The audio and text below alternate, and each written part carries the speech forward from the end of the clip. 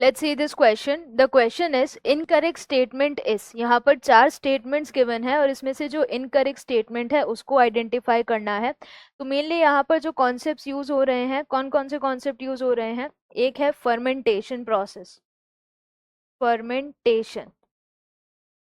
दूसरा प्रोसेस यहाँ या कॉन्सेप्ट क्या यूज हो रहा है? दैट इज ऑक्सीडेटिव फॉस्फोराइलेशन और एटीपी प्रोडक्शन थ्रू कॉम्प्लेक्स 5. और जो कॉन्सेप्ट यहाँ पर यूज हो रहा है that is again of electron transport system. तो सबसे पहली स्टेटमेंट क्या है? NADH is slowly oxidise to NAD plus in fermentation.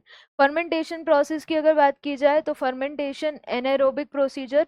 इस एनाएरोबिक रेस्पिरेशन में क्या हो रहा है कि जो NADH है वो बहुत धीरे धीरे ऑक्सीडाइज होगा, उससे हाइड्रोजन हटेगा और NAD प्लस बनेगा, as compare to aerobic respiration जिसमें वो प्रोसेस फास्टर हो जाता है. तो ये बिल्कुल सही है.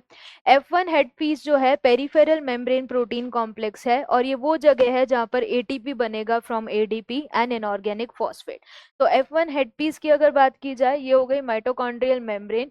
इसमें ये वाला पार्ट हो जाएगा F0 और बाहर की तरफ जो बल्ब लाइक स्ट्रक्चर है that is F1 and this is F0. तो जो F1 है, F1 हेड पीस क्या है? बाहर निकल रहा है मेम्ब्रेन के, तो ये क्या हो जाएगा? Peripheral membrane protein. मेम्ब्रेन के अंदर होता तो वो क्या हो जाएगा? इंटीग्रल. तो उस रेस्पेक्ट में, और ये वो जगह है जहां पर कौन सी एंजाइमेटिक एक्टिविटी है? ATP सिंथेस, जिससे ADP और इनऑर्गेनिक फॉस्फेट कंबाइन होंगे और क्या बनाएंगे? ATP. देन इसके बाद नंबर ऑफ ATP मॉलिक्यूल्स जो बन रहे हैं माइटोकॉन्ड्रिया में इलेक्ट्रॉन ट्रांसपोर्ट सिस्टम के टाइम पे, वो डिपेंड कर रहा है कि नेचर क्या है इलेक्ट्रॉन डोनर का.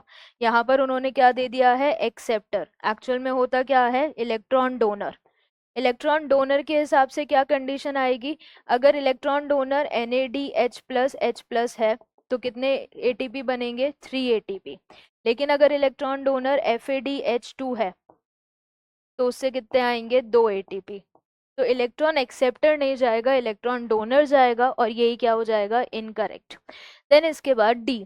Less than 7% of energy in glucose is released and not all of it is trapped as ATP during fermentation. Fermentation में क्योंकि पार्शियल ब्रेकडाउन हो रहा है ग्लूकोज का, तो लार्ज अमाउंट ऑफ एनर्जी नहीं निकलेगी. जितनी भी ट्रैप्ड है ग्लूकोज में उसका सिर्फ 7% या उससे कम ही निकलेगी. तो ये फर्मेंटेशन प्रोसेस है. पूछा गया था कि इनकरेक्ट स्टेटमेंट यहाँ पर कौन सी है, तो वो है सी. करेक्ट आंसर क्या हो जाएगा? ऑप्शन सी.